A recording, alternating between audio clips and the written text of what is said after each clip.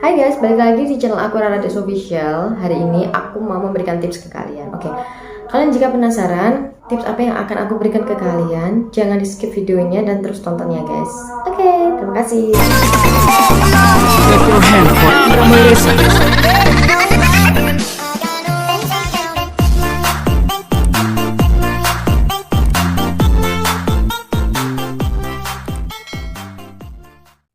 Hai guys, balik lagi di channel aku Rara Des Official. Oke, guys, aku mau cerita penting ke kalian ya. Aku kan punya toko yang ada di sebuah daerah di Kota Gresik. Aku sudah resign dari kerjaan aku sekitar 2 bulanan lalu. Aku membuka sebuah toko. Nah, toko apa Kak Rara? Toko saya ini namanya toko fotokopi ya. Nah, saya punya cerita sedikit ke kalian dan saya juga punya tips untuk menangani masalah tersebut. Nah, di suatu hari, pada hari Jumat tepatnya jam 11-an kalau nggak salah, kayak sudah mau menjalankan sholat Jumat guys. Nah, di situ toko saya tuh sepi guys. Nah, bagi kalian emang bener banget kalau Jumat tuh mending ditutup aja karena harinya juga sempit banget ya, singkat banget. Nah, pada hari itu tuh aku nggak tahu, hari itu tuh aku sedang membuka toko seperti biasanya, lalu tiba-tiba ada seorang laki-laki tua setengah, oh ya sudah bayar ya pokoknya, itu tuh ke tokoku.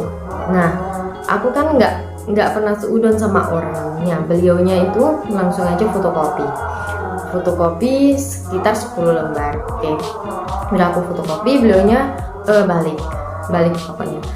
Lalu 5 menitan itu beliaunya tuh balik kembali ke toko aku, maksudnya fotokopi.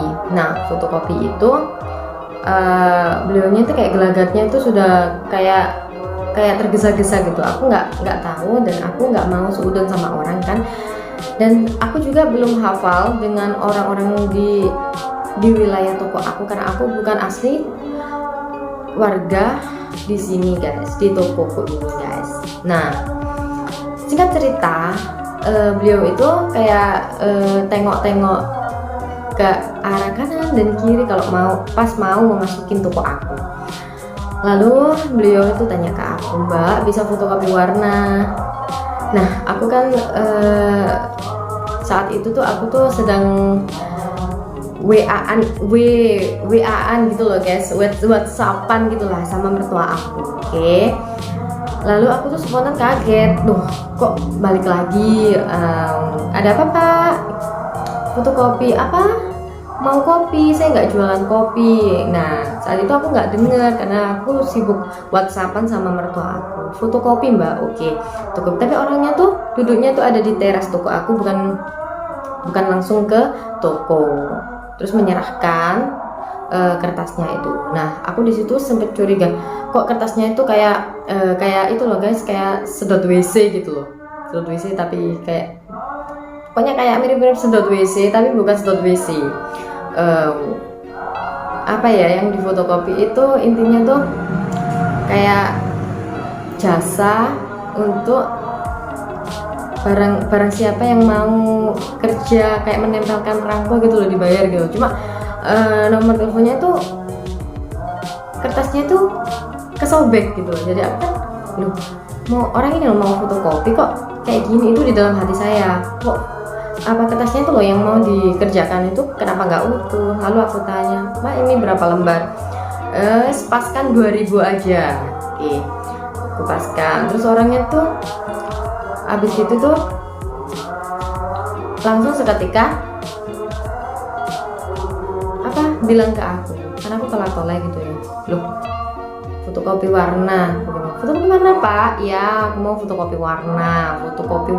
Oke, kalau fotokopi warna aku nggak bisa di mesin fotokopiku Pak, karena fotokopiku itu mesinnya hitam putih. Nah, yang mau fotokopi, kalau mau fotokopi warna ini bisa tapi di printkan gitu loh maksudnya itu. Nah, itu ketika HP ku aku taruh di etalase guys. Nah, HP itu aku taruh di etalase, aku langsung balik karena langsung di sini. Nah, di sini. Ini kan fotokopi aku ya. Di sini, akhirnya aku fotokopi di sini. Fotokopi warna. Nah, guys. Nah, lalu pas aku fotokopi, orang itu bilang, "Mbak, nanti aku kembali lagi." Oke. Tapi itu posisinya dia bilang kayak gitu. Itu aku sudah ada ke belakang di sini. Udah mengerjakan tugasnya itu, fotokopi. Lalu aku tunggu-tunggu, loh kok orangnya kok nggak kesini? Aku tanya kan, di depan toko aku tuh ada MTS guys. Jadi pas jam segitu itu pulang-pulangnya anak MTS pulang. Aku tanya, "Mas, ada bapak-bapak tadi nggak?" "Loh mbak, bapak-bapak tadi itu habis dari toko sama itu tergesa-gesa. Lalu banting setirnya sepedanya itu kayak terburu-buru. Masa sih aku?" Terus akhirnya aku ingat gitu loh guys, loh HP ku mana ya? Dan aku belum panik sih, bukan suudon. Aku kayak cari nggak ada. Tapi nggak mungkin aku bawa ke dalam rumah, nggak mungkin. Masih ada di toko ini guys, pasti masih ada. Lalu habis gitu aku telepon WhatsAppnya ditolak. Nah, ketika itu guys, aku langsung telepon suami aku, telepon ayah aku ya.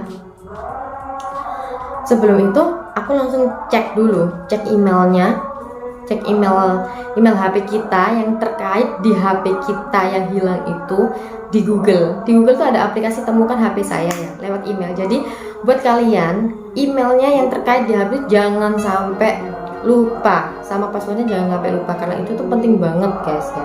Dan untuk di polisi juga penting banget. Nah, saat itu udah aku telepon, aku sudah temukan kalau saya itu sudah menemukan HP saya itu ada berada di jauh lah intinya dari saya. Saya itu daerah duduk sampean ya.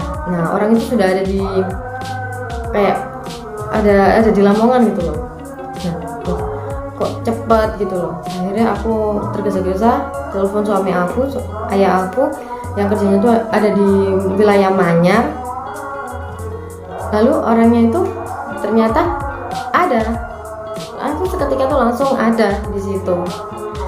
Nah, HP saya tuh dilengkapi di aplikasi Play Store tuh dilengkapi kayak itu loh guys, kayak pengaman. Kalau kalian mau membuka handphone itu kan ada pengamannya. Nah, kalau salah ketik angkanya ini, angka sandinya itu otomatis kayak kameranya tuh kayak menjepret wajah kita itu. Jadi di situ dikirimkan si aplikasi itu, fotonya itu lewat emailku, dan seketika itu aku tahu, oh ini kan bapak tadi berarti dia berusaha membuka ponsel aku. Saat itu ponsel aku kan terkunci guys. Nah, pas ayahku ke sana ada orangnya itu pakai baju pink. Oke. Lalu aku di video call, ini tahu orangnya. Iya, ini. Karena aku punya buktinya, yaitu bukti dari keamanan layarku itu yang memfoto wajah orang tersebut karena berusaha mengotak-atik kata sandiku dan salah terus gitu.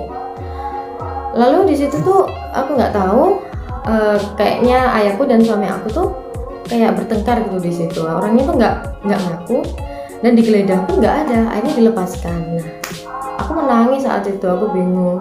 Suamiku langsung pulang, ayahku masih melanjutkan kerja. Suamiku izin untuk menenangkan aku. Lalu kata saudara-saudara, udah lapor polisi aja. Aku laporin polisi. Nah, aku laporin polisi. Aku di sana ditanya lah apa kronologinya, jam berapa, bagaimana situasinya dan semuanya. Apakah ada saksi mata? Yes, ada. Saya memang tidak punya kayak CCTV ya guys, karena masih baru. Tapi aku punya kayak saksi hidup. Itu sudah kuat lah menurut aku, sudah kuat, dan menurut polisinya juga sudah kuat. Jadi dan fotonya tadi juga aku serahkan guys, yang aplikasi itu yang sudah dijepret oleh aplikasinya itu yang dikirim ke emailku itu. Lalu aku di situ itu langsung bilang ke polisinya itu, ini ponsel aku, ini orangnya, aku punya saksi mata, memang aku tidak punya bukti rekaman CCTV. Nah, sudah saat itu langsung aku mintai nomor IMEI, ternyata aku nggak tahu IMEI-nya ada di dosbook. Lalu dosbooknya itu aku serahkan ke polisi untuk tanda bukti kepemilikan handphone aku kalau handphone aku sudah terlacak.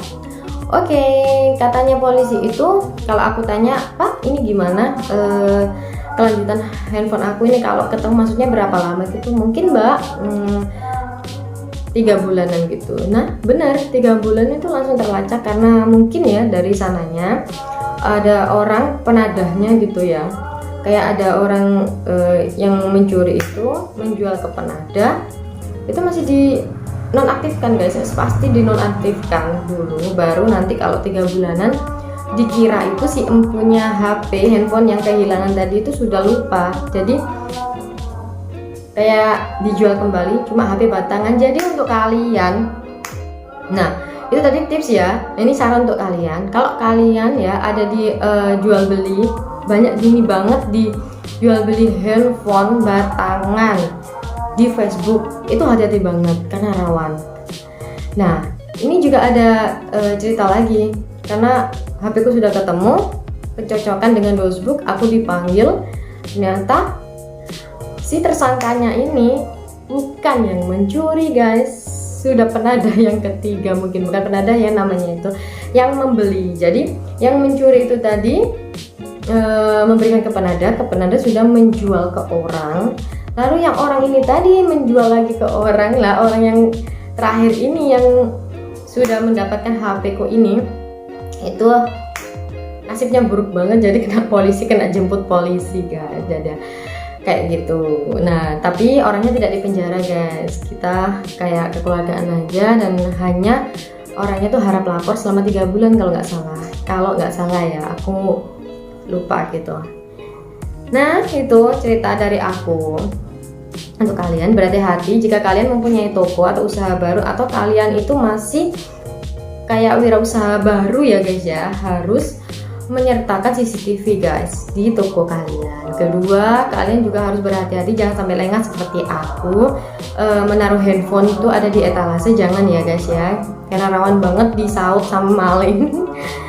Yang ketiga, jika kalau ada kalian kehilangan di toko, langsung lapor polisi aja, atau dilacak dulu atau dipastikan dulu apa ada saksi atau apa baru melapor guys, karena nanti juga pasti bakal dipertanggungjawabkan gitu loh omongan kita, sama dikira itu nanti malah timbul fitnah atau praduga tak bersalah. Nah 3 aja dari aku untuk kalian, ini untuk bisnis kalian. Nah jika kalian ingin membisnis, hati-hati dan tetap untuk selalu berwaspada, karena pencurian itu bukan karena apa-apa ya, karena mungkin ada kesempatan, dan yang malingnya itu tadi, yang mencuri itu tadi itu pasti butuh banget uang guys. Nah udah segitu aja dari aku untuk kalian. Oke, terima kasih untuk menyimak video aku, biar bermanfaat untuk kalian dan sudah pelajaran berharga untuk aku. Dan ini HP-nya sudah ketemu guys, tapi sudah pecah semua ini pecah semua ini guys ya, pecah semua karena sudah berada di tangan ini F3, Oppo F3. Memang tidak berharga kalau dibilang, karena dijual pun sudah murah, tapi ini ada kenang-kenangan dari ibu aku guys, jadi sangat berharga. Aku kejar, walaupun datanya sudah hilang, aku tetap kejar, karena ini adalah hadiah terindah di dalam hidup aku. Oke, terima kasih sudah menyimak. Love you untuk kalian. Bye, jangan lupa share video aku jika bermanfaat, like dan komen. Jangan lupa juga subscribe di YouTube aku. Bye bye guys. Kepo handphone Indra Malaysia.